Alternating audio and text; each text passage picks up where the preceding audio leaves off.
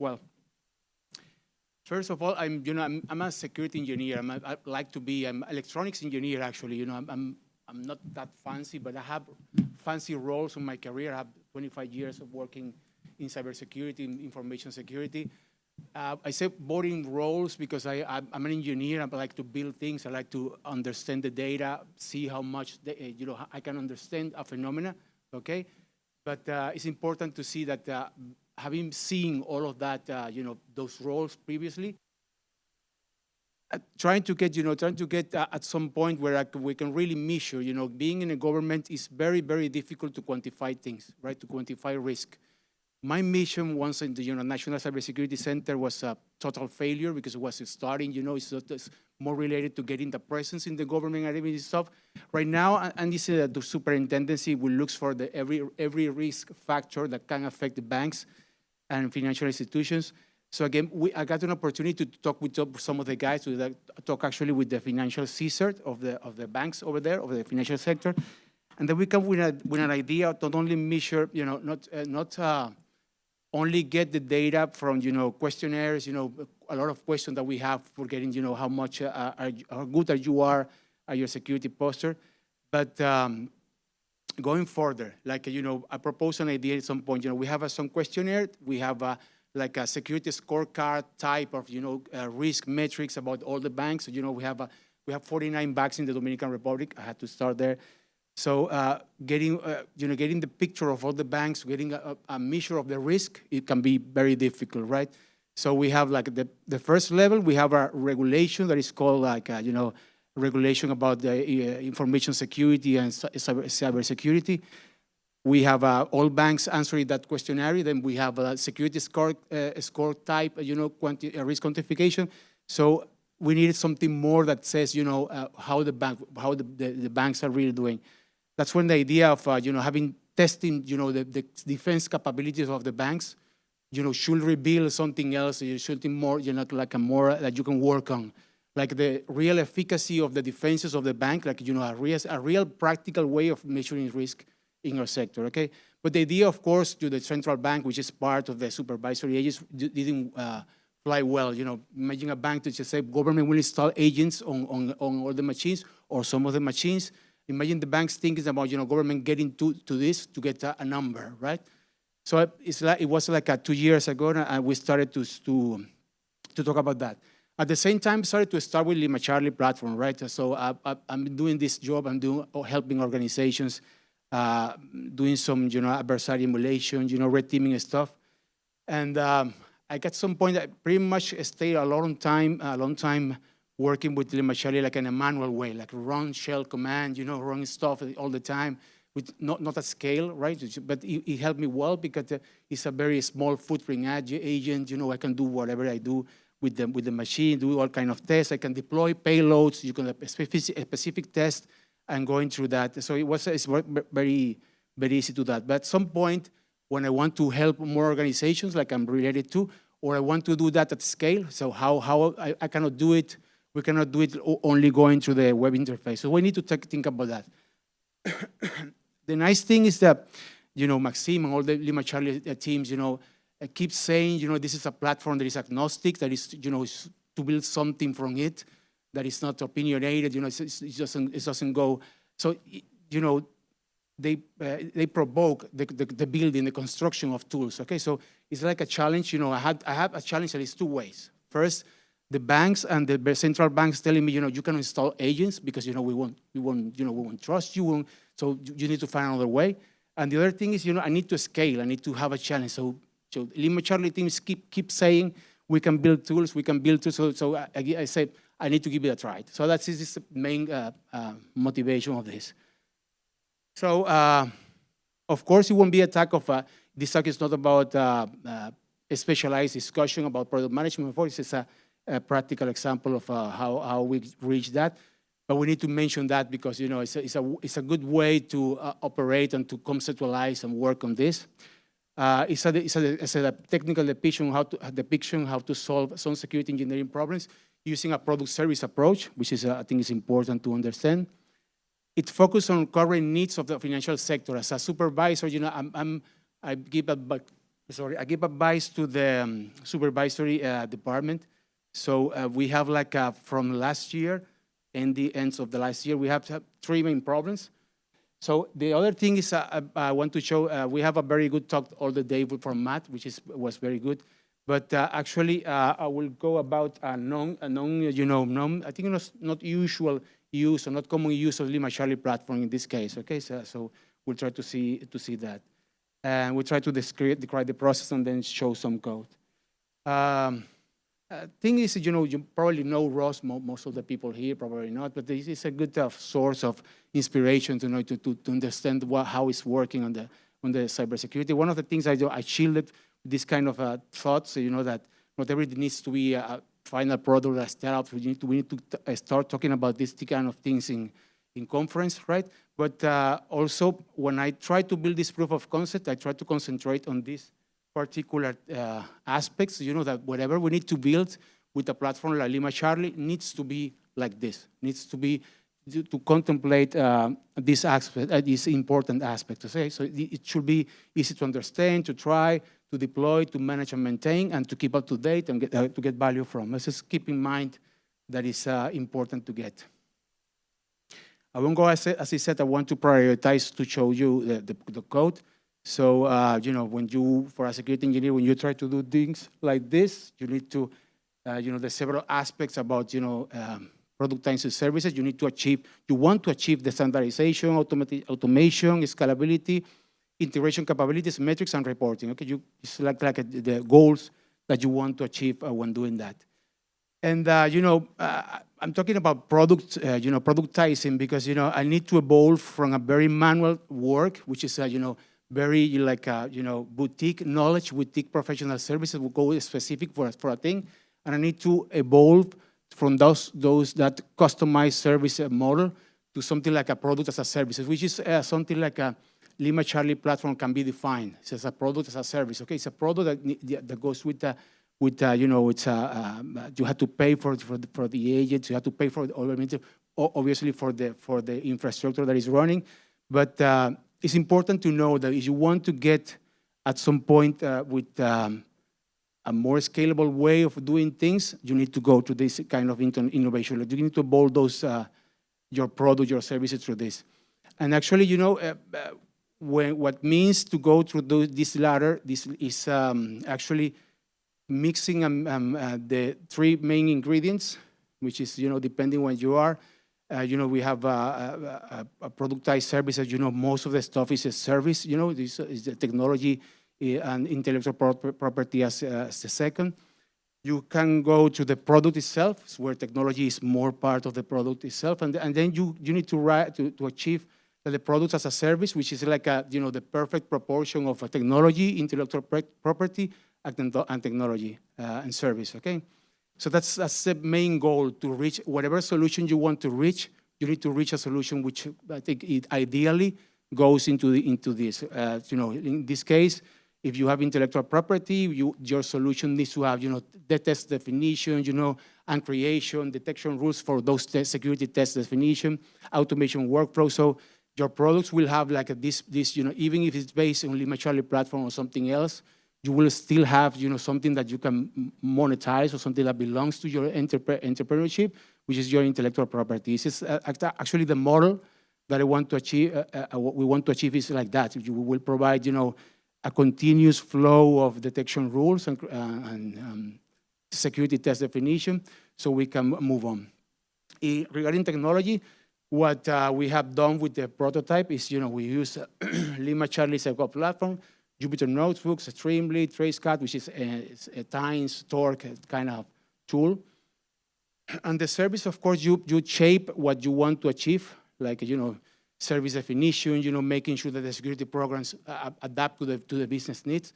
Okay, so what I'm trying to say here is, whatever you want to go from a boutique service like myself and reaching to a product, product as a service, you need to think like as this model, to be able to get the good proportion, a very good proportion of optimal proportion for these three ingredients. Okay, I think that's important to keep in mind, because you always need that, you can go to either side. If you go to either side, you will suffer, because you won't be able to scale. So what is the problem? So again, the issue here is, we have a problem. Like we want to measure, we want to make security tests in the different banks, right? And whenever we put that sentence the sentence up, it gets a lot of fear, right?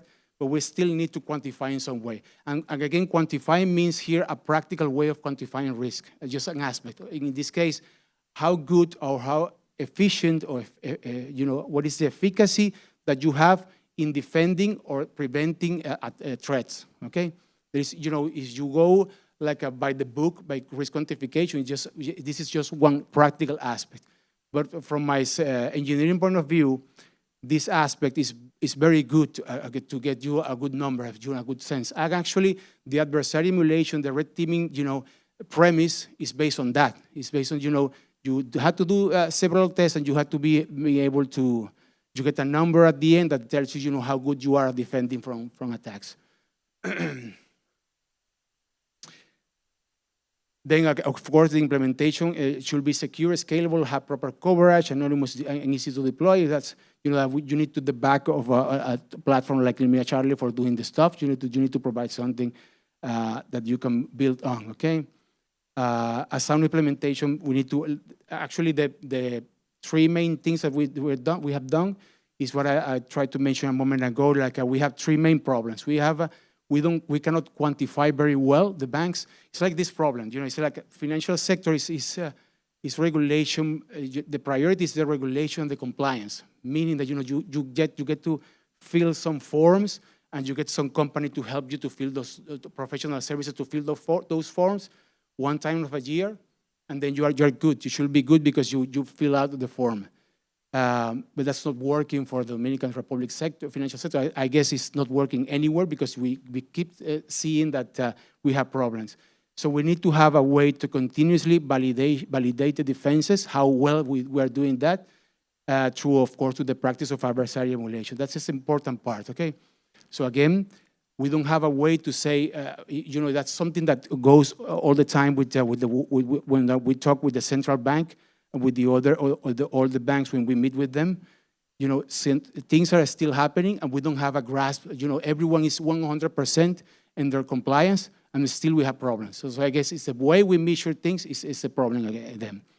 The other thing is, when dealing with incidents, we see very, very bad response times. Matt was talking about that. Very, very bad response time. We don't see proper methodologies. We don't see standardization. We don't see any data that you can take a quick response. We see the banks that they're very quick to get external companies to be able to do the incident response. And when that happens, it can take 1 week, 2 weeks, 1 month, and you can guess what happens when you take that time to do the stuff. And the other thing is, a basic cyber detection capabilities, meaning that you need to have alerts that are more high fidelity, because the wave that hit us last December was a wave like they made some damage, a lot of damage actually, by extracting some specific information. So you tend to see that most of the attacks are important when they are volumetric, when they extract a lot of data. With 10 gigabytes, 1 terabyte of data. In the financial sector, it's very different. It applies to several sectors.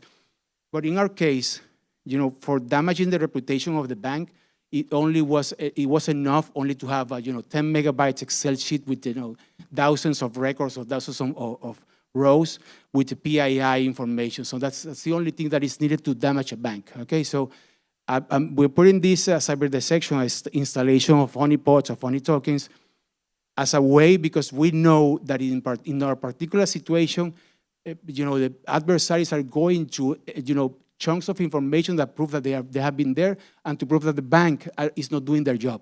You see the difference here, right? It's very specific, but that's why we need to deploy these capabilities. It doesn't matter the sophistication, it doesn't matter. We need to locate even if someone inside that is getting this information out. Okay, so these three applications are needed for us to properly, manage stuff.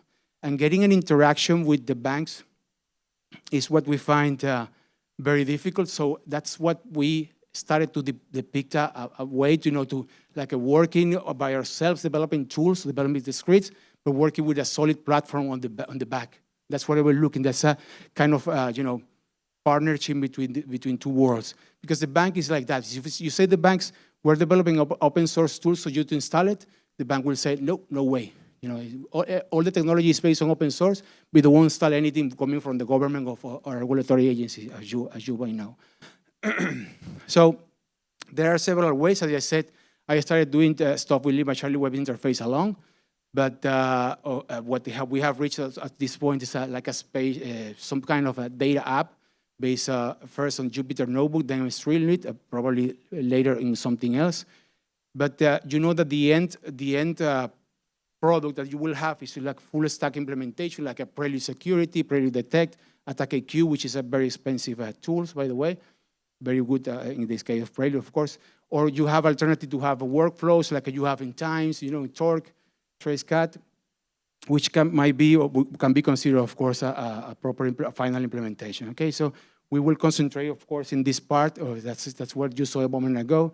It's just what you call a data application, because having a platform that this is API first, of course, you can extract all the data all the time. So you just need a front end to manage all the information. So the implementation, we can say, it's got the premise. What we started with the implementation. Okay. So the premise, is like it has become a lot easier to implement internal security applications or productized security services because of platforms like LimaCharlie. And I think, I haven't seen a platform, that is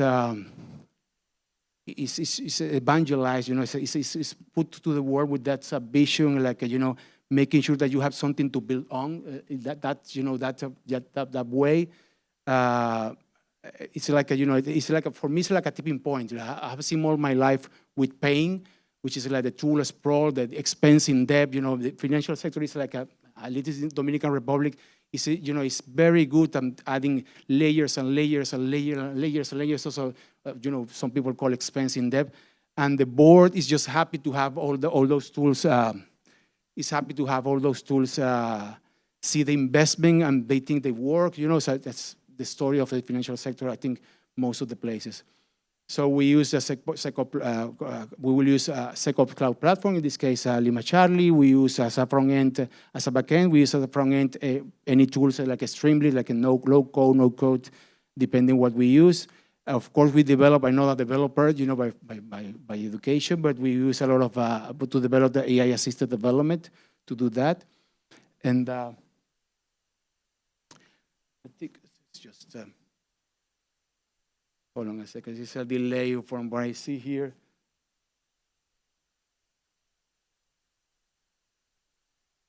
Okay. So the inspiration for doing the application, what I will show you in a moment, the inspiration is like most adversary emulation platform, like AttackIQ, like this one. This is, you have to check this guy's Prelude Security, Prelude Detect. I've been working with them for a long time. But again, for what we try to achieve, telling a bank or telling all banks, the 49 banks, to install a particular tool, a particular platform, being the regulatory supervisory agency doesn't look quite well. Okay, so doesn't look that. But in any case, what I try to replicate is this kind of interface. Like you have a very specific workflow, so uploading, creating security tests, uploading them, executing them, and getting results from them. That's the basic workflow of the adversary emulation. That you design a specific test, and that's actually the reason why I didn't use at the beginning the extension of Atomic Red Team. In this case, Atomic Red Team, when you execute, the last time I checked at least, when you select the test, all the tests are uploaded right away to the computer, to the endpoint. This has a problem that every AV antivirus of EDR has those rules already. So whenever you try to do that, you need to make an exclude those points.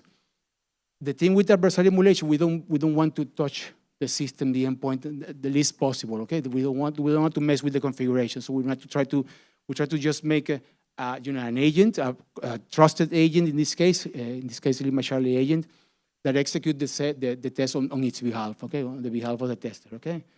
Again, that's the way, you can build any kind of test. Also, we have an extensive use.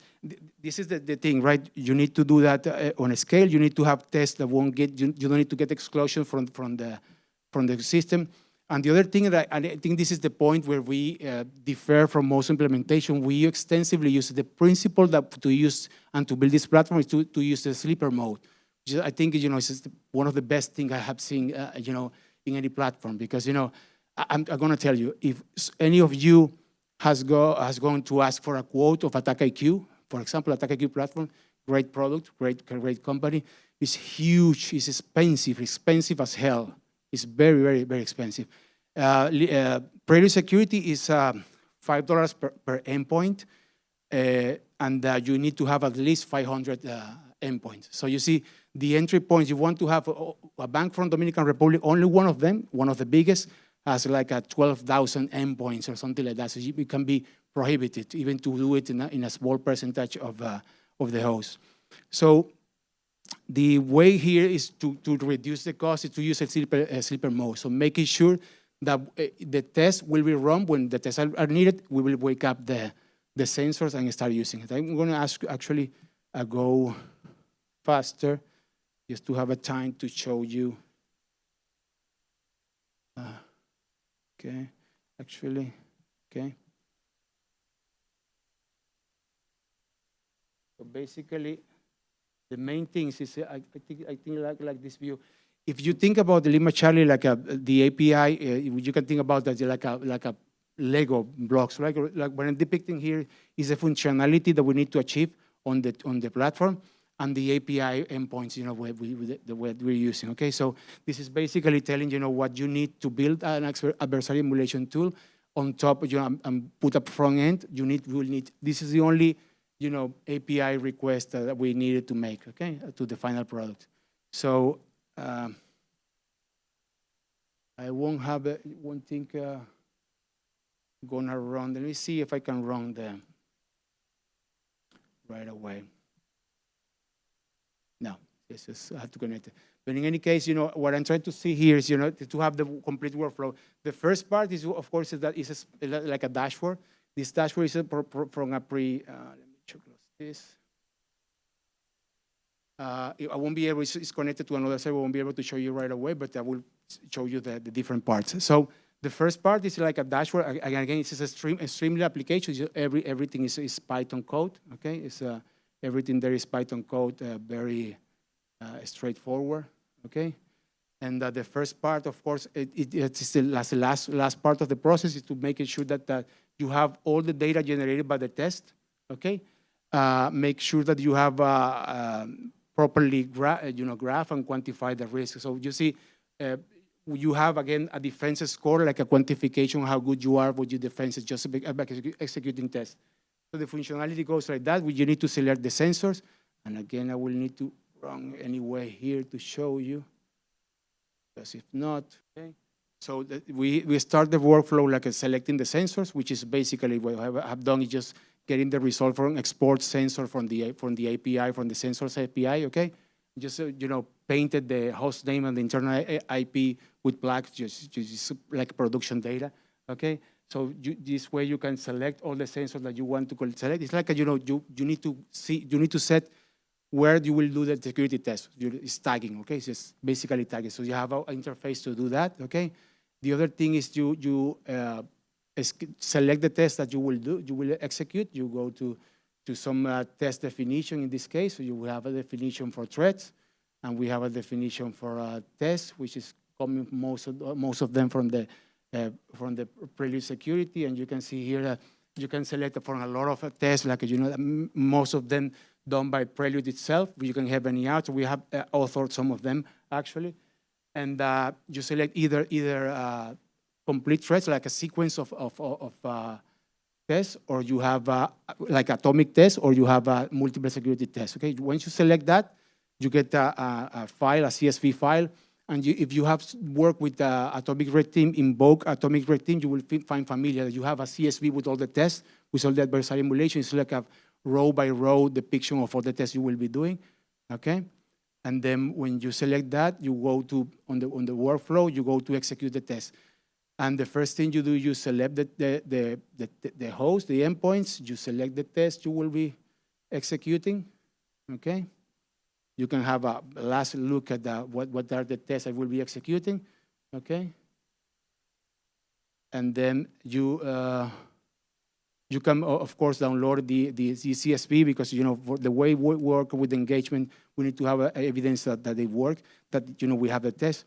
We have some environment operations like, you know, erase the previous test artifacts or create a test upload folder, the test where we have alert suppression rules. And we have to wake up sensors if we need it. We have to sleep sensor when we finish, or we can do it automatically, okay? So we can do those operations that are part of the platform to do that. And then we go to the upload test part, which is called, we will go, of course, like, we have divided. We have, you see, you need to divide it because upload will get the test file, the binary file to machine. And that's like a first stage we want to prove the defenses are okay. If that binary gets into the production the endpoint and it's not detected, it's something that you need to measure, right? It's not something that the AB didn't trigger any AB signature to get detected. So that's something that you want to quantify. So you just go and start uploading the test. You know, some of the tests right now should be disconnected or offline because it's on production, so is that okay? That is okay. And actually, let me see over here. Surely we'll have some of them offline. That will happen, that's normal, okay? So actually run and finish, okay? That's red, of course, as you said, sensor is not connected or not online. When you go to the execute test, you of course go and execute all uploaded tests to the environment. So whenever it's not connected, it's just executing the test. It has a sleep time between a test and another. It tries to execute them in parallel where it's possible, okay? But most of the stuff is just like that. It will take some brief time, but I can show you at the end.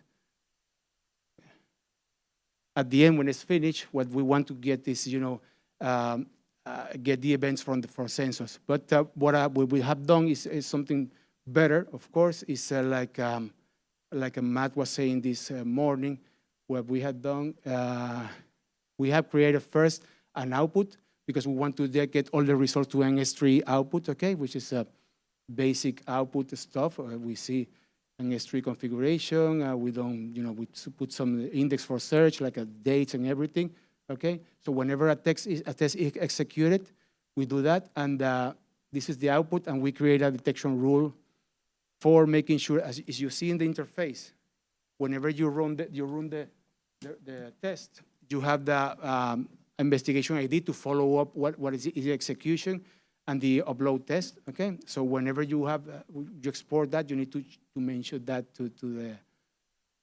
when you build the rule. So the rule is basically very basic rule. It's just, you know, whenever the investigation ID has some prefix, okay? It will output to that S3 bucket. Okay, so whenever the tests are executed, they go to NS3. But we can also, you know, get the results locally to a CSV file if we want to do that as well. Okay, so you can see that at the end the file will look like something like this. Actually, you know, this is directly from the S3. You know, this is like a standard output from LimaCharlie. You know. Events, okay, detections in this case, okay, and you know, I have to show you know every test. For example, the way that we don't have differently with the atomic red team extension. The way we don't get detected right away is because the tests are, you know, are Go programs that implement all the functionality inside. So whenever they go up, you don't get the detection right away. So you don't have to exclude them. It's an important part actually to show you. And the other part, I think that's it in terms of, you know, showing you the basic functionality. But this is working on production right now. In our cases, okay, we make sure that we wrong with being careful. And again, what we have a couple of banks, getting this defense score, work by us, quantified by us. And again, that goes to all the sets of things that we use like a quantification of risk. Okay, so the way we're depicting to deploy this is each financial institution should create, again, because they don't want anything from the government or from the regulator. We will ask them just install the LSC agent, and we can do all the infrastructure as a code thing, like prepare the sensor, prepare everything for the forensics incident response. As Matt was saying, that's exactly what we're doing. We're selecting all the things that need to be done, so nobody has to remember what needs to be done when attending an incident and what kind of things need to be done. So they install with their own account, with all the control. The agency is in control of them. Okay, we will, as I said, we provide the guidelines via IIC. The financial sector will download all the security tests from a given repository and using our script or code. Okay, so we can build it. But the nice thing here is that they can develop their own test. We just provide them, they can check the source code, so they don't have to trust on us. The Streamlit app, what you just said, will be available to them like a GitHub repository, so they can execute the test. So whatever, the only thing we will ask them to send the results to an external bucket, for example, for us to process. They can put any anonymity on that information, that data. They can go through some obfuscation of the network connection, like an overlay network, like Telescale and going, they can do whatever they want. But the thing is, we can develop, we think that we have developed a solution to install something that they trust anyone. We won't go through this. The incident response is, again, like a list of Lego blocks that you will use. Okay, it's like the idea that I want to get to you is like it's like a Lego, building blocks. It will be something like this. You see something like this right now. We're testing it, and it's the same for the canary tokens distribution. It's the same. Okay, so there are 3 different implementations for the using exactly the same approach. Whatever we need some interface to look at the results. We use a Streamlit, but we can also, of course, use something else. The conclusions. So I think we are in a very good position to build security tools that are secure, scalable, and safe to be implemented. I hope, being as nervous as I am, the English and all of that, I hope that the message got to you. It's just like, you get you have the foundations, you have the backend, in this case, LimaCharlie. And to be honest, you can try whatever you want. You can try like a webhook implementation that is very popular, and you can, again, use an overlay network. But again, you have, with something like a LimaCharlie, you have a proof platform, like and scale, whatever you need. It's like, you put the trust part of a bank, like having an institution of someone developing something open source. You have the back of the company. Okay? It's a good balance. The tools can be eventually fully fledged products. And again, we have achieved a very good balance. That's the thing. The cost is like a $0.1 per sensor when they're sleeping. I mean, it's no-brainer. I said, making this test, implementing this at the scale for the financial sector is that we're doing, a communication to all the banks. So what will be the plan to implement this? But I think that's going on in production in March next year. Okay, so that's what we are preparing is that that this kind of instructions to be able to all the banks install with proper guidelines, like you will need to have on a proportion of your endpoints. You will need to have the different segments. You can have and you must have production environments. I know that will be difficult to sell, but to be honest, anything that is adversary emulation or red teaming, if it's not in production, is useless. If you go to an environment, so that's the logic with the vision of company like Prelude, that you can run at scale and production. But anyway, I know it will be difficult to send.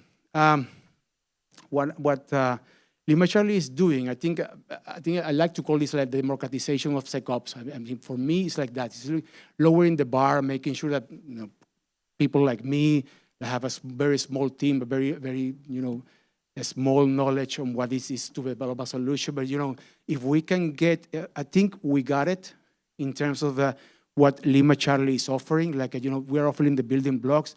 The API is extremely, I had to say, it's extremely detailed. It's like, these guys, it's really good because I think most of the aspects, and you can tell it by the way you build it. You can specifically pinpoint. It might be done in different ways, but when you have all the API endpoints that you need to develop something, that means the guys are putting the air on the industry that they should have. So I like to call this like a democratization. And in a world where, we're just asking all the time to build and buy products, I think that's a refresher. And lastly, the last sentence, very last sentence, is we should support the engineer's mentality vision when building our security programs and managing our SecOps. So I think that's a message that we are as an industry, because I know that you know that we are victims of our own actions. We have years selling and telling people that you need tools and new tools, very sophisticated tools to treat and to a complex problem. We need to change that thing to something like, we can build our tools, we can work with something that is existing, and we can succeed in the effort.